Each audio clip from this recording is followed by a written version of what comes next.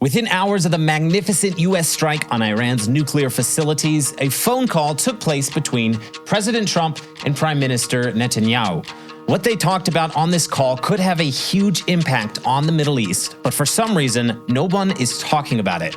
Are you ready? We're going to dive into all of this on today's show. I'm Josiah Hilton, and this is the Israel Guys. So just hours after the U.S. strike on Iranian nuclear facilities, a phone call took place between President Donald Trump, Prime Minister Benjamin Netanyahu, Secretary of State Marco Rubio, and the Strategic Affairs Minister in Israel, Ron Dermer. Now, this phone call, although I think they did have a little celebration party in the success of the strike, was not just into glory in the U.S. successes with the B-2 bomber strike on Iran's nuclear facilities. The phone call also was about their immediate plans for the Middle East to end the war in Gaza and expand the Abraham Accords in the Middle East. Now, according to several sources, I found that we're talking about this phone call. They reached a consensus on several fundamental principles for the plan moving forward for the Middle East that could happen very, very soon. And I want to go through these principles that they apparently agreed upon in this call. Number one, Gaza hostilities will conclude within 2 weeks. Ending conditions will encompass 4 Arab nations, including Egypt and the United Arab Emirates, to administer the Gaza Strip, replacing the murderous Hamas terrorist organization. The remaining Hamas leadership will face exile to other countries while the hostages gain freedom. So that's the one principle. The second principle is multiple nations globally will accept numerous Gaza inhabitants seeking emigration. Number 3, Abraham Accords expansion will bring Syria, Saudi Arabia, and additional Arab Muslim countries to recognize Israel and establish official relationships. Number 4, Israel will declare its willingness for future Palestinian conflict resolution under the two states concept, contingent upon the Palestinian Authority reforms. And number 5, the United States will acknowledge limited Israeli sovereignty implementation in Judea and Samaria. Okay, so these are the principles that they apparently agreed upon that they're going to probably flush out and continue to work on in the next several weeks. But I just want to go through these a little bit and kind of give a little bit of perspective from on the ground here in Israel. So Gaza hostilities will conclude in 2 weeks. And 4 Arab nations will now be administering the Gaza Strip. So this is a very interesting and sounds like a Trump suggestion for the Gaza Strip. And obviously, there's a lot of different opinions on what should happen in the Gaza Strip post-war. Obviously, the best answer would be that Israel should declare sovereignty over the Gaza Strip to make sure that this never happens again, that it's never created into a terrorist state again.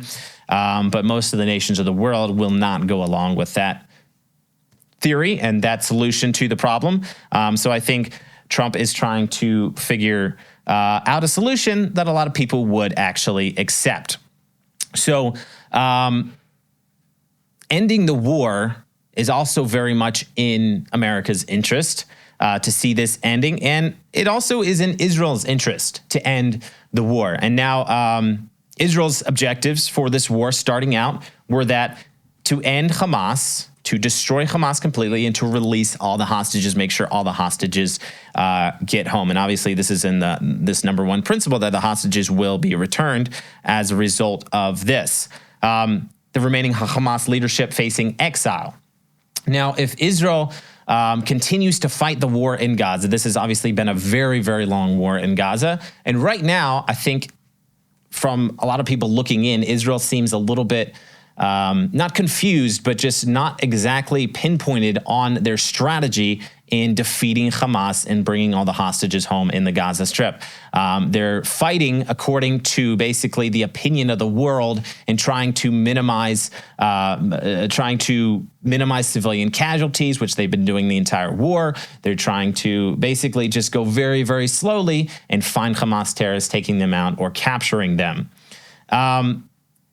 the war in Gaza needs to end, and Israel could do it very quickly, very swiftly. They could have done this on day one, but obviously there would have been a major impact, a major outcry, even more than the outcry that already happened with Israel just doing it the way they have been against Israel for doing that and completely wiping out the Gaza Strip, wiping out all the infrastructure, wiping out all of Hamas terrorists, the tunnels. It's a very complicated issue, but it is important and it is beneficial for Israel to end this war because it's just dragging on. It's dragging on. Obviously, Israel needs to obtain some key objectives to do that for the safety of this and security of the nation of Israel. So maybe this is a good outcome. We don't exactly know. Obviously, Egypt taking over the Gaza Strip does not necessarily bode well. Israel has not had the best history with Egypt, although the last several decades have been relatively peaceful with the Egyptians. But that's just putting them right inside the nation, right inside Israel with the Gaza Strip. And obviously Israel, that the Gaza Strip is part of Israel and Israel should declare sovereignty over that. I don't know if you know this, but in the 12-day war, Israel just faced, over 500 ballistic missiles were fired into Israel. And there were 31 impacts on civilian areas with 28 people killed and 3,000 injured. 3,000 people were injured from the last war with Iran. Israel just faced one of the most intense threats since its establishment. But through it all, Magen which is Israel's emergency services system, was on the front lines, risking everything to save lives. They treated more than 1,300 people throughout Operation Rising Lion, while still taking care of the nation's conventional emergencies, car accidents, cardiac arrest, childbirth, things like that.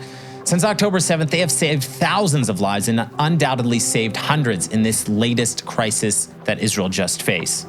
But they need our help right now more than ever to continue this effectively. With Israel's resources strained to the breaking point with the continued war, Magen David Adom needs more emergency vehicles, bandages, ventilators, defibrillators, trauma kits, and so much more to respond to every terror attack or missile attack and every other daily emergency that's happening here in Israel. People ask us what they can do to bless Israel right now during this ongoing seven-front war. Well, this is one of the best ways that you can do that. You can be a part of making sure that Magen David Adom is equipped with everything they need to save more lives here in Israel. Go to SaveLivesInIsrael.com to make a real difference today, or click that link in the description below. The second principle here is multiple nations globally will accept numerous Gaza inhabitants seeking immigration. This is something that should have happened on day one, and on day one of Trump's presidency, when he tried basically saying, countries, you need to take Gazans, nobody accepted. Nobody said they would take Gazan civilians. Jordan finally conceded and said they'll take several thousand children, but that failed after a couple of people emigrated from the Gaza Strip. So nobody has been wanting to take Gazans, and obviously this should have happened on day one. This would have solved huge problems for Israel in fighting the war in Gaza, because obviously Hamas wants all the civilians, quote unquote, to be there so they can use them as human shields. So this would be a good thing, regardless of other things that happen in the Gaza Strip. Whatever happens in the end, allowing Gazans to move out of the Gaza Strip and even maybe emigrating a lot of them would solve a lot of issues in the Gaza Strip. Expanding the Abraham Accords is also a very good thing, and it could bring Syria, Saudi Arabia, and other Arab and Muslim countries into recognizing Israel and establishing official relationships. That's produced a lot of good fruit since Trump's first term in the Abraham Accords, and normalizing relations with several Arab countries. And basically for all these countries, as long as they are more concerned with economic growth and the money that is going to be involved with normalizing relationships with Israel, and that outweighs basically the Islamic jihadist ideals of killing Jews and killing the infidels, then this could be a good thing and we'll have peace in the Middle East. Obviously, if jihad is the number one goal of a nation, then they cannot have peace with Israel because their goal is to wipe out Israel. Number 4, Israel will declare its willingness for future Palestinian conflict resolution under the two-state solution concept. Guys, cannot believe that this is coming up again.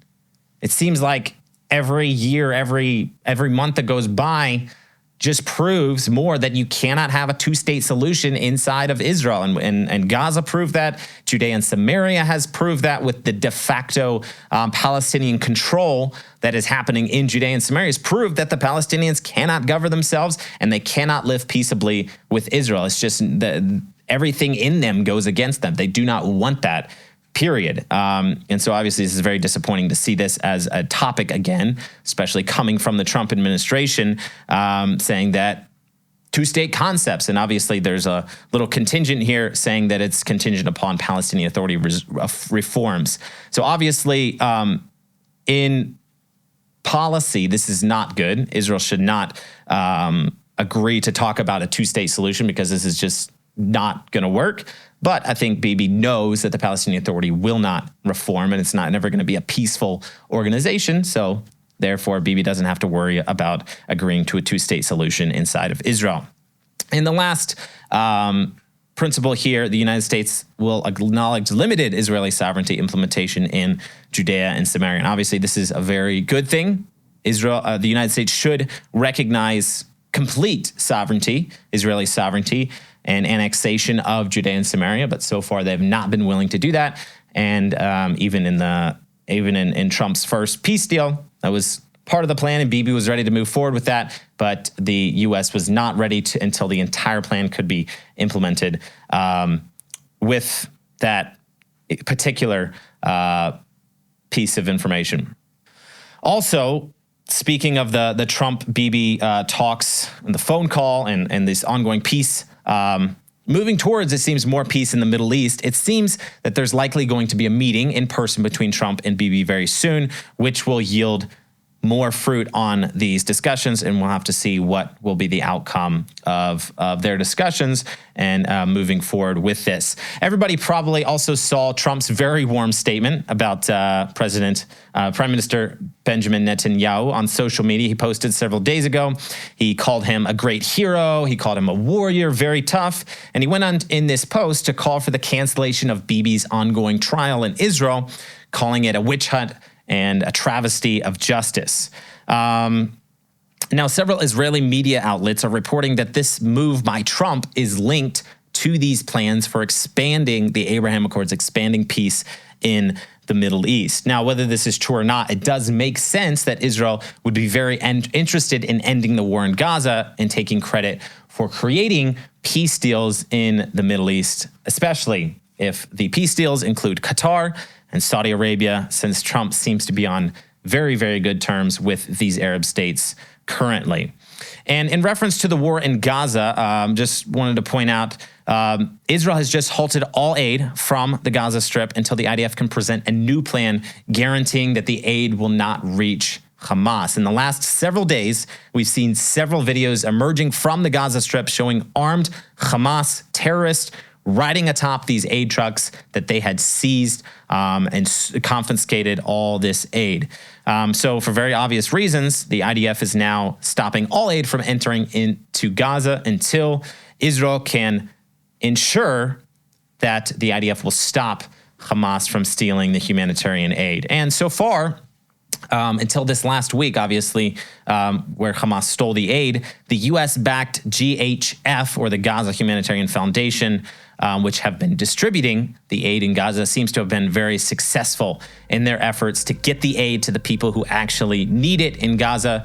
And for the first time since the war started, it seemed to be actually working until just several days ago. But we'll see where that goes, and hopefully that problem will be solved very, very soon. Guys, thanks for watching. Don't forget to subscribe so you don't miss any updates coming from here, the land of Israel. Make sure to check out Magen Make a difference, guys, and go help Magen They're saving thousands of lives here in Israel. Just click that link down in the description below. And as always, stop listening to those lies and propaganda and connect with the truth of what is happening here in Israel. We'll be back soon here at the Israel Guys.